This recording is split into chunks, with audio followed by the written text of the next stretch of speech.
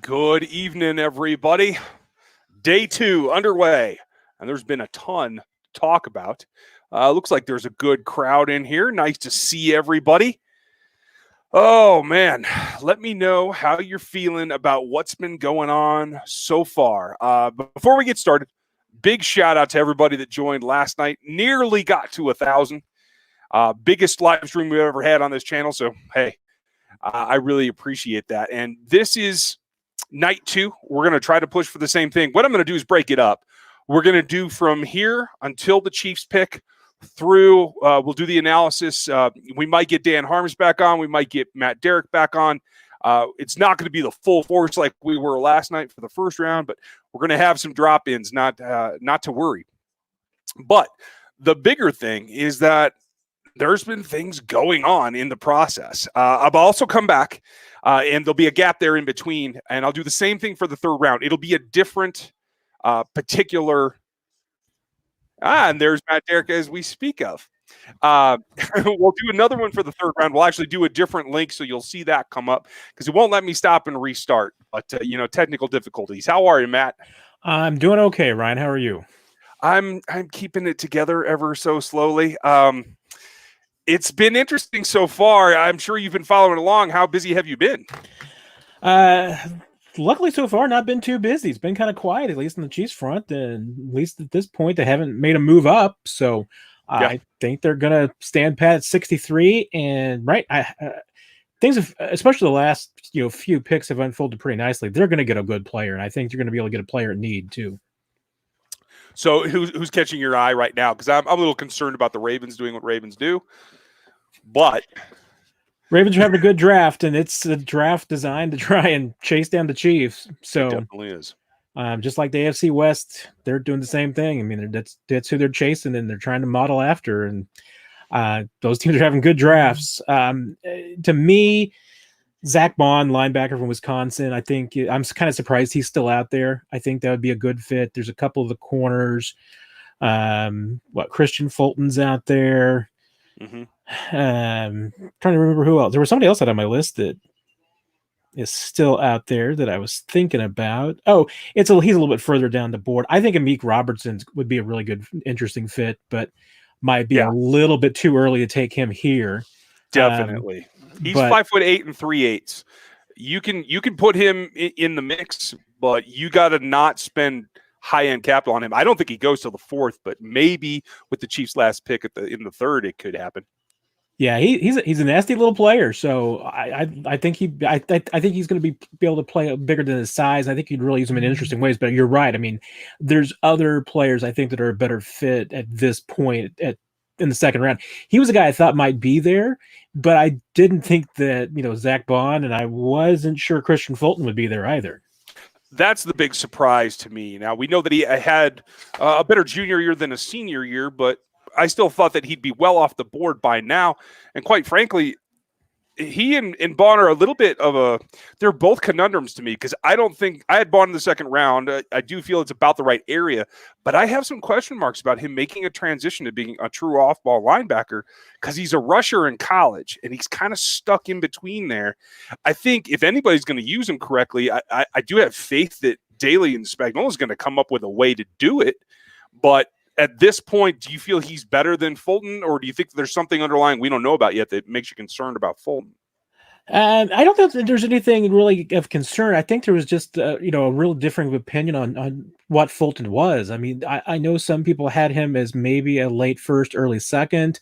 Other people had him even late second, early third. So I think there's a little bit of a divergent opinion. There wasn't a consensus, I don't think, on him, which, maybe that's one of the reasons why he is still out there. Of course, a lot of corners, and especially in this group, I'd say from, the 4th corner to maybe the 9th or 10th corner, there was a clear separation between those and the top 3 guys. And I think you've seen a little bit about why that, that group is maybe going a little bit slower than maybe some people expected.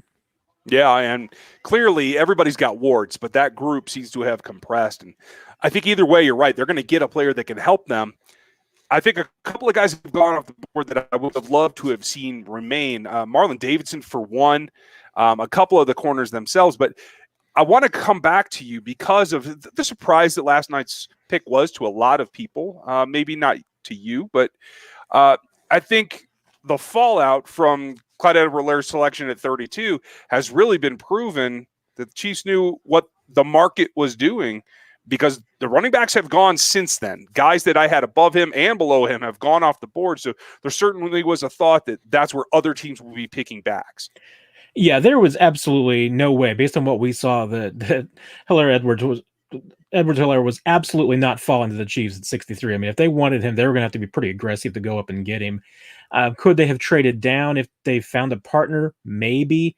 But I think if this is truly the guy they wanted, which all indications are that based on who was on the board, this was the guy they wanted, I think you had to take him there. I think that was the right move. How far he would have lasted was a good question, but if you couldn't find the partner to move down, the Chiefs really didn't have the currency to move up to get him if they were going to try and move from 63 up. Yeah, not without putting at risk some other selection that they'd like to make too. And I think the overrated thing is that the 4th and 5th round picks this year are going to be important, because they're going to be a way to save salary cap later. And you have to make sure that you get guys that you feel you can develop with your staff in order to replace some of the guys that are going to have to leave in the next year or two. Yeah, you do. I mean, and that's why, I'm not completely ruling out a position group like defensive line, because the Chiefs only have 5 guys signed on the defensive line for next year.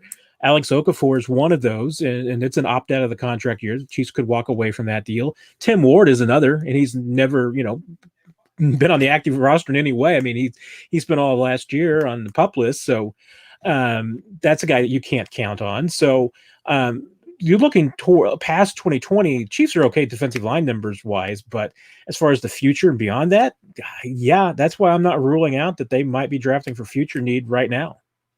Yeah, I agree with you. And honestly, with Ezra Cleveland just going off the board as well, I'm starting to think that tackle's a possibility as well to future-proof yourself against either an injury or, both the tackles are a little bit on the backside here in terms of age. I don't think so in performance yet, but sometimes tackles fall off of a cliff, and you better be prepared. Yeah, you do. And we also saw this year, and I think we talked about maybe a little bit last night, that you're really on the precipice with the Chiefs at tackle, because they don't really have any type of developmental tackle that they can use to replace one of these guys if you have an injury. And you saw that last year when Eric Fisher goes down. This team goes 4-4 without Eric Fisher. If they had to play an extended time without Mitchell Schwartz or without Eric Fisher, that really hurts this team. And because they have a big drop off from those two guys to anybody else. So yeah, it is a neat. I still think that I would be surprised if they went tackle, because I think there's still some good interior linemen who are left out there. Mm-hmm. So if they were going to go offensive line, I almost think they would go interior at 63. Yeah, and that's probably the better value in terms of getting somebody there, again, that can play sooner. Anybody in particular, the interior group that you like? I think Robert Hunt would have been the nice one if he fell all the way down. The other one I had circled with Matt Hennessy is because I thought that was at least a good fit-wise and where he was going to maybe be available there in the second. He's still on the board. So, I think that would be a reasonable fit.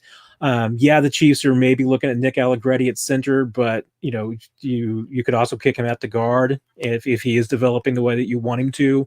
So the Chiefs do have some options there. I think they would prefer to have a guard first, because centers are a little bit easier to find, and they're not, they like Austin Ryder. So, they don't feel like a desperate need to go out and find a replacement right now. But guard is a position that they definitely have a need for, because they're still looking for a starter. And I think they need some depth there too. Yeah, I agree. Dan Harms was able to make it in. How are you, Dan? Good. How you guys doing? We're good. Going through the options here as things start to fall. I want to go back to Matt's comment about Hennessy for a second. That's really important, because I have him right up there with Cushenberry as the two centers that can really play in the zone scheme really well.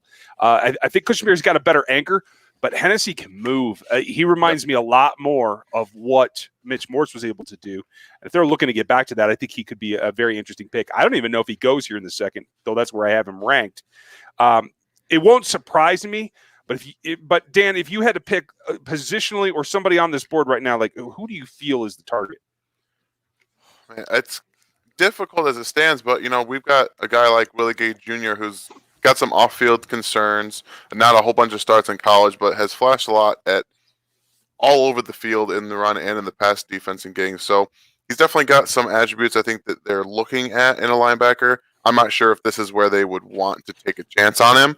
And then I happened to catch the end of what Matt was saying about that offensive line, and I do think that guard makes a little more sense because of the options they have. They like Ryder, and I personally think that Allegretti would be able to fit in there and play center well from his tape and then some of the things I saw during the season. So I think they're looking at that right now, but who knows? We've got some corners still on the board. I know that Cam Dantzler's combine wasn't great. His film's really good, and some teams might be scared off by that combine. And there's still a Bryce Hall possibility with the injury. So there's definitely some different places they can go with. I would lean towards offensive line at this point, though. I think just with the way the board's falling. I could wager a guess that Brett Veach is fending off phone calls from Juan Thornhill right now about Bryce Hall, but probably. I mean, they played really well together, so it wouldn't surprise me if he's been in his ear all night. He's gonna be there. He's gonna be there. I'm really intrigued. One guy that went earlier, and I was just starting to tell the folks about it in Marlon Davidson, the guy that if you were going to have to look at somebody that could fill a couple of roles like we were talking about on defense for the future, Matt, I thought he was somebody that could have fit that bill. I felt like Cam Akers was a bigger version of Hilaire. That's why I had him ranked higher, and he went off here in the second round. A lot of the running backs as well. The big surprise to me, and Matt, I want to know your opinion, A, about his fit, what could have been in Kansas City, but B, how surprised you might be. Chase Claypool is a top 50 pick in this draft. Yeah, it's a bit higher than I thought he might go. And I think he would have been a really nice fit with the Chiefs. I think he'd be a matchup nightmare, and I think Andy Reid could figure out how to get the most out of him. But I think he is going to need the right system. He's going to need the right scheme. There's a lot of talent there. He's got great size. There's a lot to like. I just think he needs to be used the right way, and I think Andy Reid could be the one to do that. There's also the question about what he is. I mean, he's a little bit of a hybrid, and I always get nervous with hybrids because yes, sometimes they can hit, but sometimes when you're a little bit wide receiver and you're a little bit tight end, it means you're neither one. Yeah. I think he can be a player. He's just going to need the right spot. I think Andy Reid could have done that with him, but he also seems dead set on playing wide receiver. And if that means that, he's not as excited about kicking inside and maybe doing some of the same things that Travis Kelce does, then you know what, might not work out.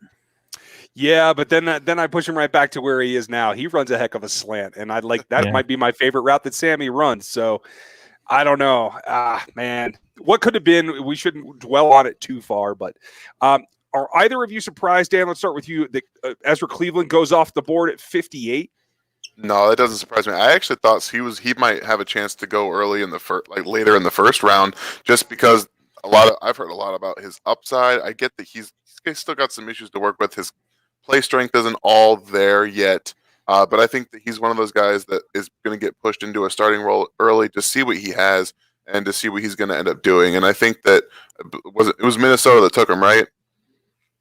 Yes, Minnesota. That makes a lot of sense. And then they want to be able to run the football and then be able to get Kirk Cousins out on some of those bootlegs that he does so well to the left. So it makes sense for him to go to the Vikings. I think that's a pretty good pick for him for development.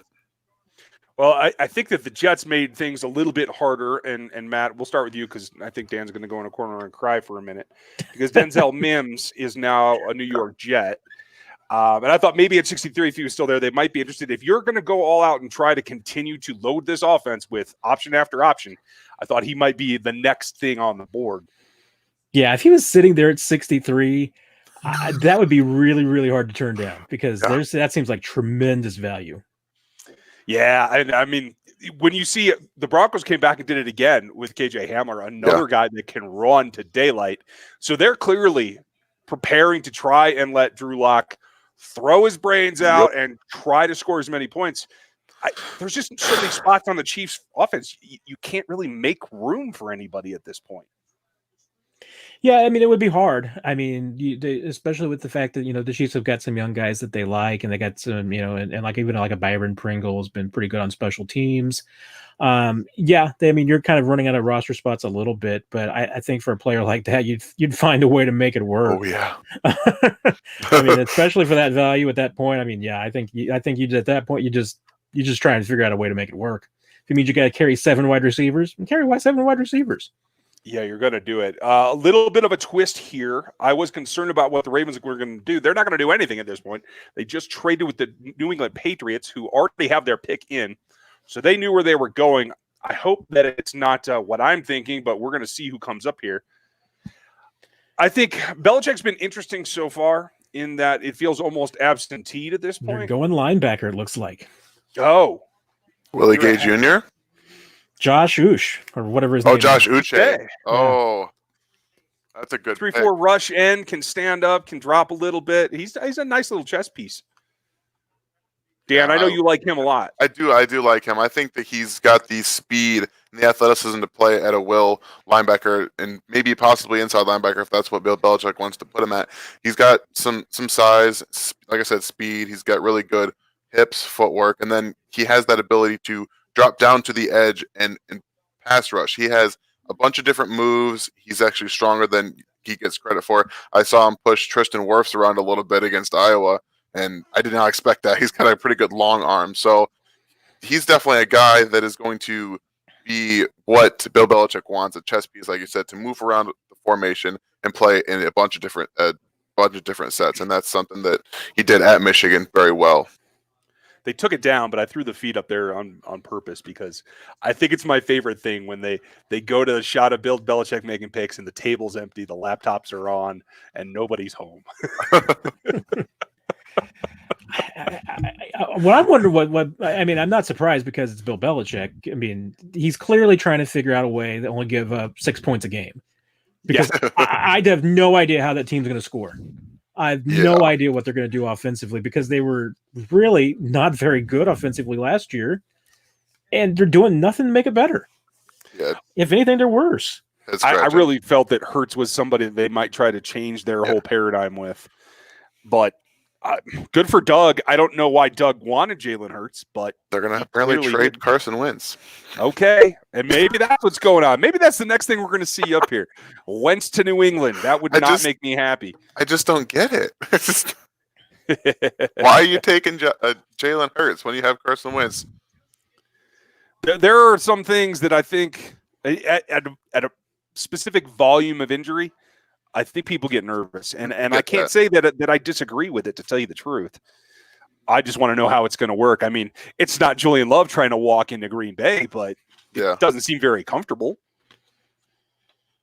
It's an interesting situation, I'll tell you what. And I actually joked about this with the Arrowhead guys on their chat a little bit ago about how they're just waiting for Carson Wentz to play 90% of the season so their backup can come and win the Super Bowl. So maybe that's what they're trying to do. It's a formula. Hurts could do it. Hurts could do it. Oh, I know he could. So, Matt, has it been a quiet day from Chiefs PR or any of the people inside the building? Yeah, it really has. I mean, because there really hasn't been any noise about the Chiefs doing anything tonight as far as moving up, anything like that. So, I mentioned on Twitter earlier, I mean, this is a complete flip from last year when didn't have the first round pick and their first pick was going to be 61. And there was no way they were picking at 61. I mean, I just knew that Brett Veach could not sit still till 61 before he made a pick. So he was moving up. And I mean, they moved up 5 spots to get McCole Hardman. But there was a ton of buzz last year that they were working hard to try and move up. And, if they saw the guy they wanted. This year, no, I think it's all goes back to the fact that they just don't have the currency. Don't want to give up, the 5 limited picks that they have if they don't have to. And right now, I mean, it looks like it's going to work out pretty well because we're 3 picks away and there's more than 3 good players left that fill their needs. So I think they're going to be able to get a really good player here and probably the guy that they want.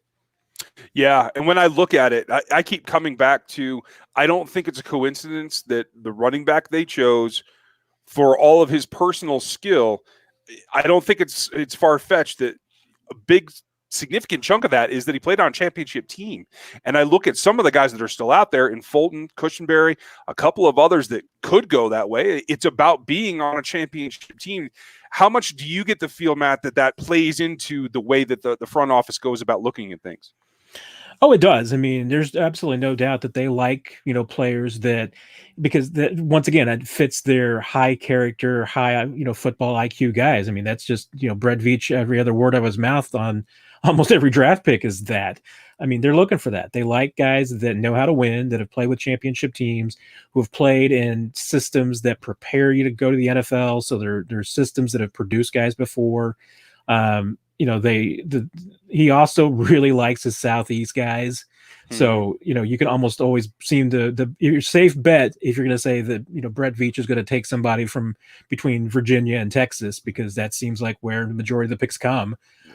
He stunned me last year with Darwin Thompson and Nick Allegretti. So he can go off script, but that's what he likes. I mean, he likes guys that played in the South. He likes guys that play for winning teams. He likes guys who've been captains. I mean, that's all it is. And it looks like Christian Fulton's off the board. Oh, there it is. I knew it was coming. It had to. Yeah. You're a little ahead of me. Yeah, Tennessee was one of the last bastions, right? Yeah. Yeah, that's a bad break. I mean, that's a player I think that would have been a good fit. And we know once again the Chiefs love LSU. Yeah. Yep. So what does that do for you, Dan, in terms of looking now, knowing that he's off the board, and even the NFL.com hasn't updated that one yet, but where does that make you look? Yeah, I mean, I still think that there's a chance that they try to get corner. I'm not sure if they want to reach for a Bryce Hall or a Cam Dantzler at this point, but like we talked about the offensive line, there's still some good interior offensive line guys here that they could take a look at, and I don't know if it's going to be center, because I do think that they've got some options that they like in Ryder and Allegretti, but like you said, it really could be best player available, and I don't have a clue what that is right now for the Chiefs, to be completely honest with you. Well, I'm right with you. I'm not. I've got 4 or 5 guys that I feel like it could be, and it could be door number 5. So exactly, who knows? Maybe they pull wide receiver just because that's Denver's trying to score with a bunch with us, so let's just go ahead and keep adding to it. I just don't really know. Yeah, it's difficult to see. I'm going to take a look here real quick, kind of blow this up so everybody can see it. But this is where we're at, and this is the PDF version, so I haven't been able to cross things off here. But as we're talking about, Cushenberry, Hunt's gone, but Hennessy's still out there. Austin Jackson's gone. Josh Jones is an interesting one. And again, folks, these green icons represent captains. Like Matt was saying, that's something that Brett Veach in particular, but a number of teams actually look for specifically. And yes, there is one down by CEH. Komet gone. Both the Notre Dame tight ends are gone. And I don't think you go to a Troutman or a Bryant at this point. I don't think that they're that good. I think they have to be third rounders. Long shot, if they do decide that they want to go tackle, is Ben Barch. Have either of you looked at him much? I have not. Very small school, St. John. Not a ton of film out there, but very athletic. Fits the mold. I think Cushenberry could be a guy too right now, because he's from LSU, got that captain thing going for him. So that's definitely something I think they could be looking at as well. Yeah, I think there's right now. I mean, the best value if you look at the board is probably offensive line. Yeah. There's a couple of linebackers I think would be a good fit. I'm probably on an island. I mean, Zach Bond's a really good player. Yeah. I actually think for what the Chiefs need, Malik Harrison from Ohio State might be the better fit. I think he's a little bit of a better coverage guy, but definitely, and he comes downhill and can make reads. Nothing against Bond, but he's used to looking at things from a certain perspective out on the edge of a defense. It's a little bit different when you're staring down the barrel. Yeah, that's true. Wilson's good. I think it's too high for Logan Wilson here, but I do think that he also is a natural fit to play both in the base and in the nickel.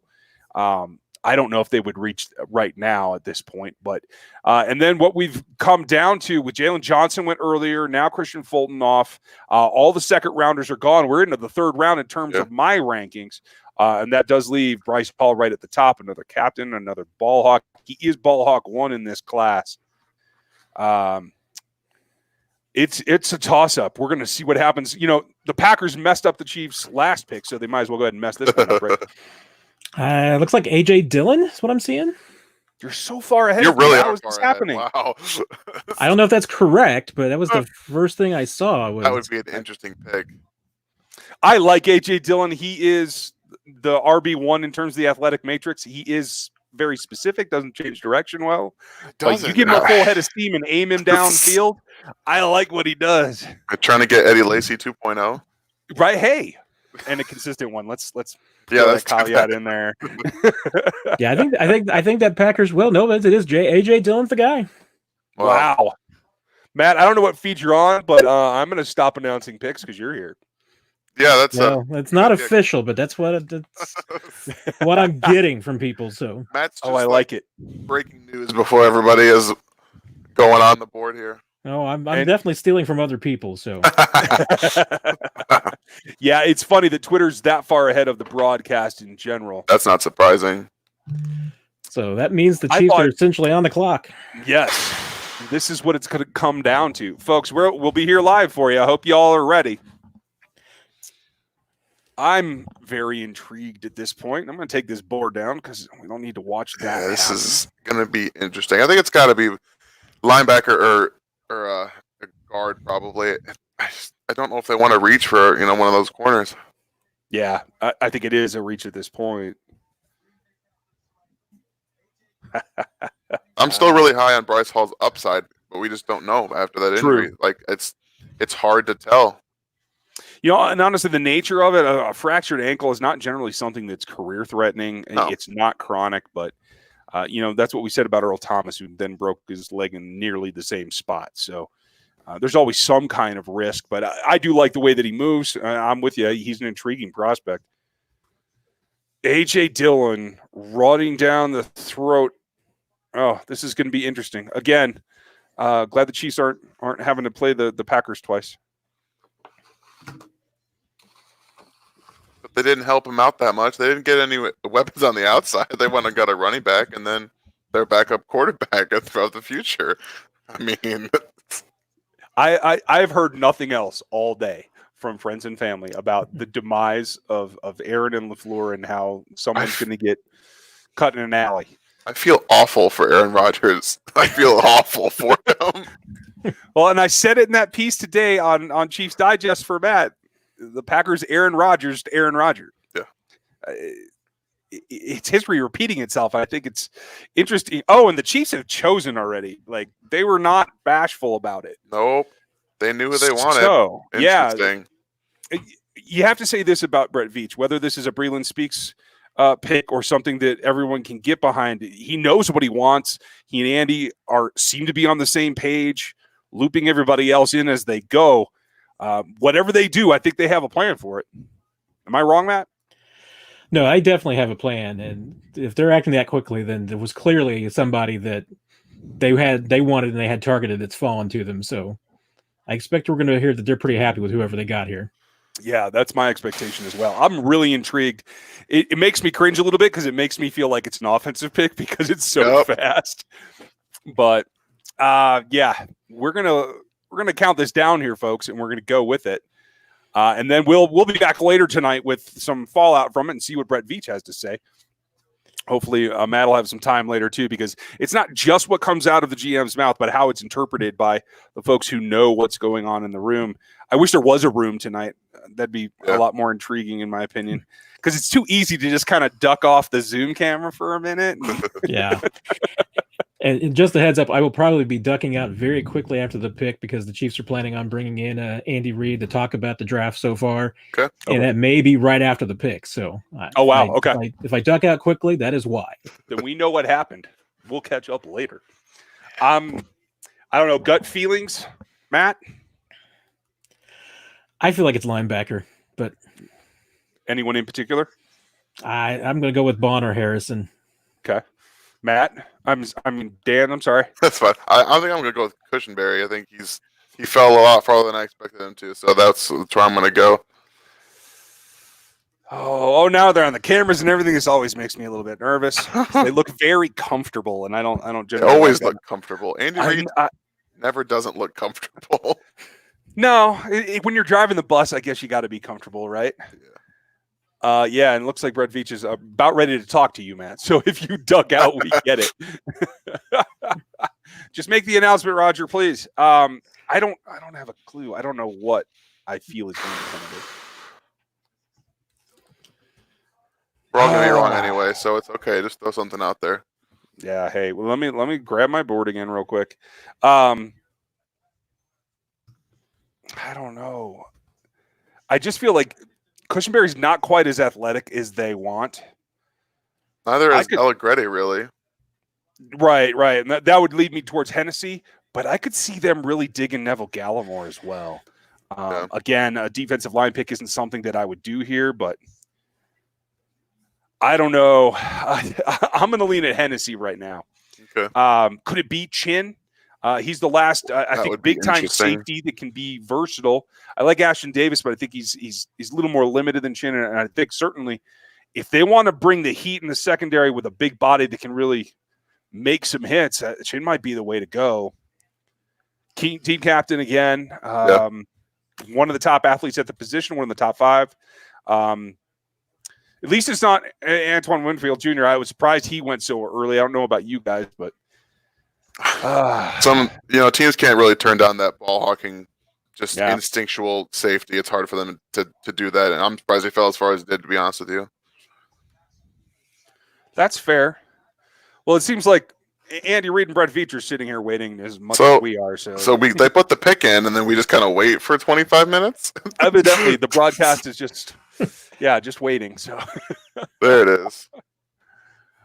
Let us know, Mr. Commissioner. I would really like to have this done. He's so excited. Yeah, he's always excited, but it's as excited as he can get.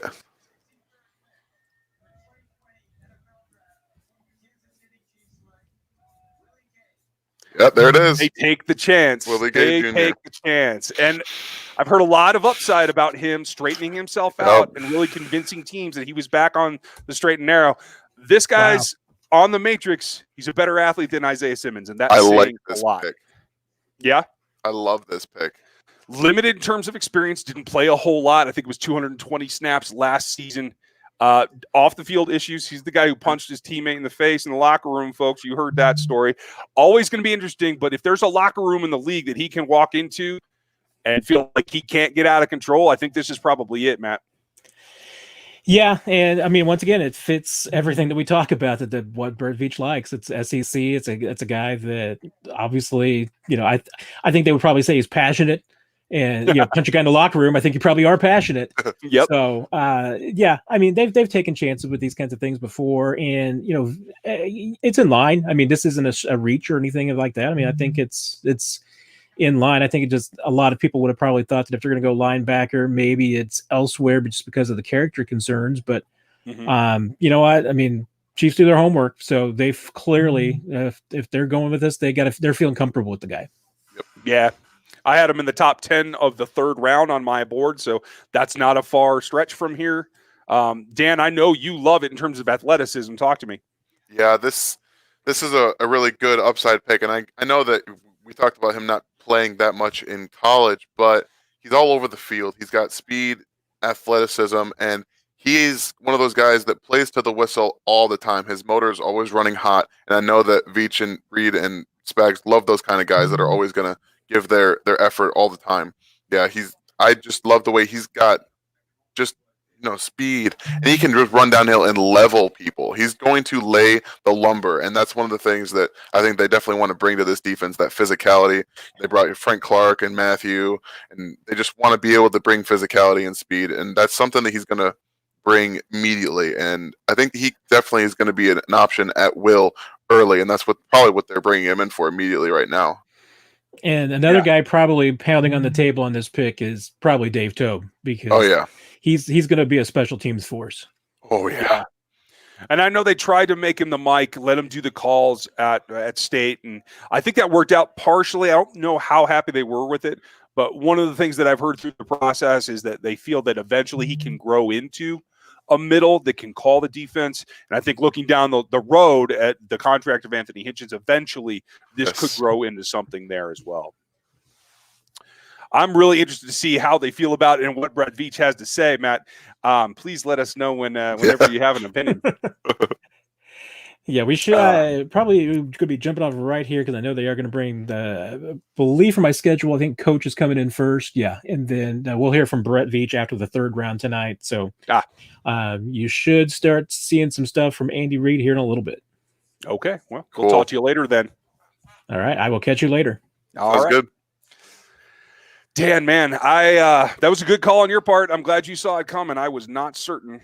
I mean, I just like what he brings to the table in terms of athleticism and speed and size. And I think that's one of those things that we've talked about with Dorian O'Daniel. He doesn't have that size that Spags want at a linebacker, and Willie Gay brings it. And he's going to run downhill. He diagnoses pretty quickly, actually, and that's something that I was more surprised on than I would have been just because of his limited time playing. So when he gets downhill, he's a guy that is definitely looking to hit somebody. He does have some issues to work with going around blocks and underneath them. He'll run himself out of some run fits and things like that. But it's definitely something that can be worked on, and putting him at will allow him to read and react and not have to worry so much about being the middle linebacker and running himself out of run fits. He can flow with the play and then just kind of go after the running back or whoever has the football. Yeah, and that lets him be who he is at his best. And folks, I'm going to show you this. This is from the Rogue Analytics draft guide, and this is the athletic matrix, how these guys are ranked. And you can see very plainly Isaiah Simmons, top pick in this draft at a position. He's number 2 direction skills, and that's why Willie Gay is number 1 at the linebacker level. He changes direction better. Now, the production isn't there.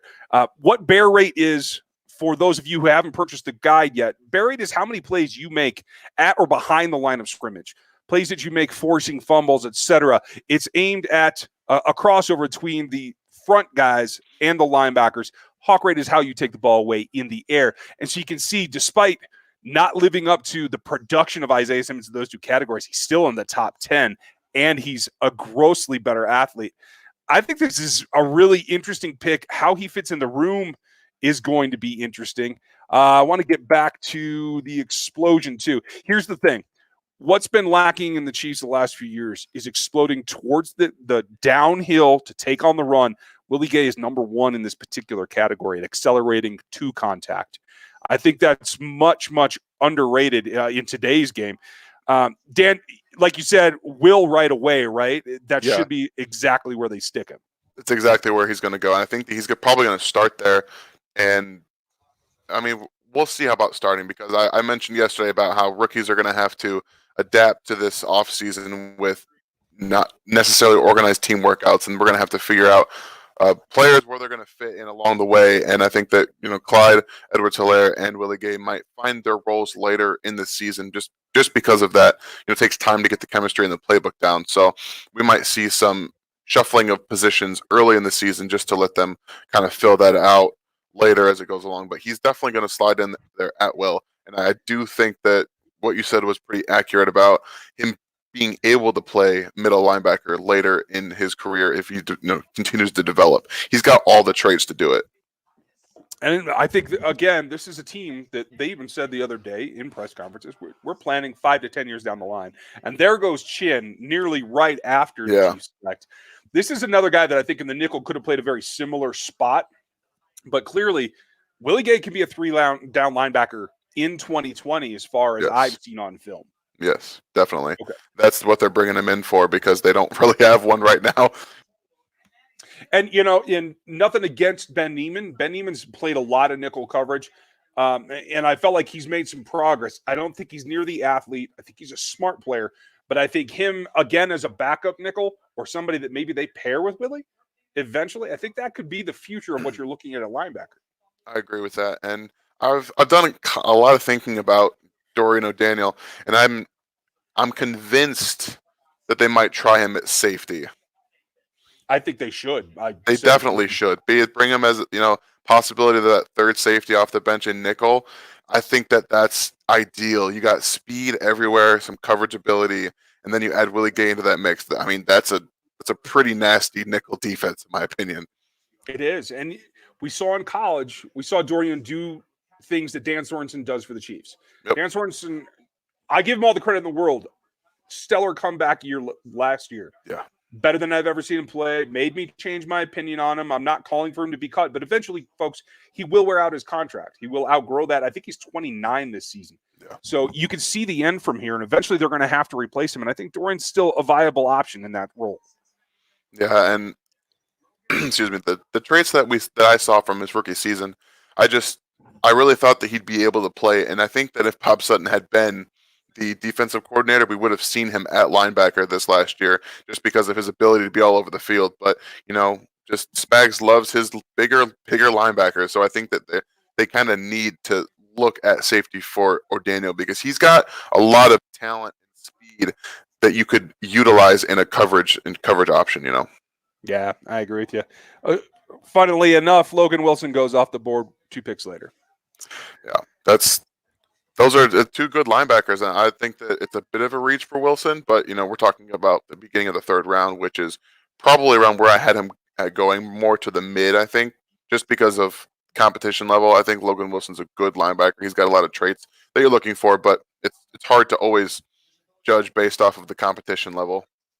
Yeah, it does make it difficult, but I think at the end of the day, the Chiefs have to feel, and I think this pick actually marks that they feel the depth of the corner class, which is one that they've called out for quite a long time, has them comfortable taking corners with the next pick or even tomorrow in the 4th round. But they have said from the get-go, we want a coverage linebacker. Yep. That's what we're looking for. And they have it in Willie Gay completely. I completely agree. And it's actually kind of interesting because Cam Dantzler may have fallen enough in his because of his combine stuff that he could be there at 96, or Bryce Hall could be because of his injury, and it would be interesting to see them play Willie Gay with Cam Dantzler, just teammates. That'd be kind of cool. Yeah, it would be interesting. I don't know where they go from here. I'll be real interested. There goes Antonio Gibson. I'm pretty shocked by that one. I think that's pretty high for him. Again, that's another upside pick. I think that it really depends on where they're going to play him. It's got to be wide receiver, right? They took Darius Geis, unless Darius Geis isn't panning out because he has 2 season-ending injuries already, right? Yeah, and I think that Gibson has to line up at wide receiver. I think that's where he's better. I've heard 2 scouts say that they don't like his hips, that he doesn't sink well enough, and that they feel that he needs to have the ball in his hand faster. I could see that too. He can hit the edge as a running back. Mm-hmm. I just don't think it's as much upside, in my opinion. I agree, but I think that Gibson's route running is a bigger issue in his current game, so I think that's why we've seen the attention shift to running back, just because you can hide his route running and don't necessarily have to worry about the hips so much if he's just running, into gaps and trying to get to the edge. So yeah, it'll be interesting to see where Washington puts him, but it looks like that he's been drafted as a wide receiver, so they're going to add speed and playmaking ability wherever they can for Dwayne Haskins. So it's interesting, but I think it's a good option for them to get some playmaking ability. Yeah, I agree with you. Folks, we're going to go over a couple of options about where they might go next, and then we're going to take a break. I have another link already set up. You guys will get a notification in a couple of minutes. I'll get that opened up for the 3rd round. But I'm going to go eat some dinner. We're not going to keep this going all night long. I know Dan's got a baby at home, so we're going to take a break here after we go through some options. And then we will return and get going. Probably, unless there's a trade up, I'll jump on immediately if that happens. If not, we're going to look about the same thing. Mid-20s, we'll jump back on and get ready for what the Chiefs are going to do. Right here, I'm still on the defense. Pick some guys that stand out to you if they last to the 3rd round that you're interested in. Yeah, I named the 2 of them right off earlier. Bryce Hall and Cam Dantzler, I think, are two guys at corner that they're eyeing, and I think that the fact that they've fallen so far is another reason they felt comfortable taking Willie Gay where they did, just because those guys have seemed to have fallen on a lot of people's board. I don't think Amrik Robertson's going to be someone that they target in the third round is a bit high. Safety, they could go Ashton Davis. I get that, he just had that injury, but he's shown a lot of upside and talent at the safety position.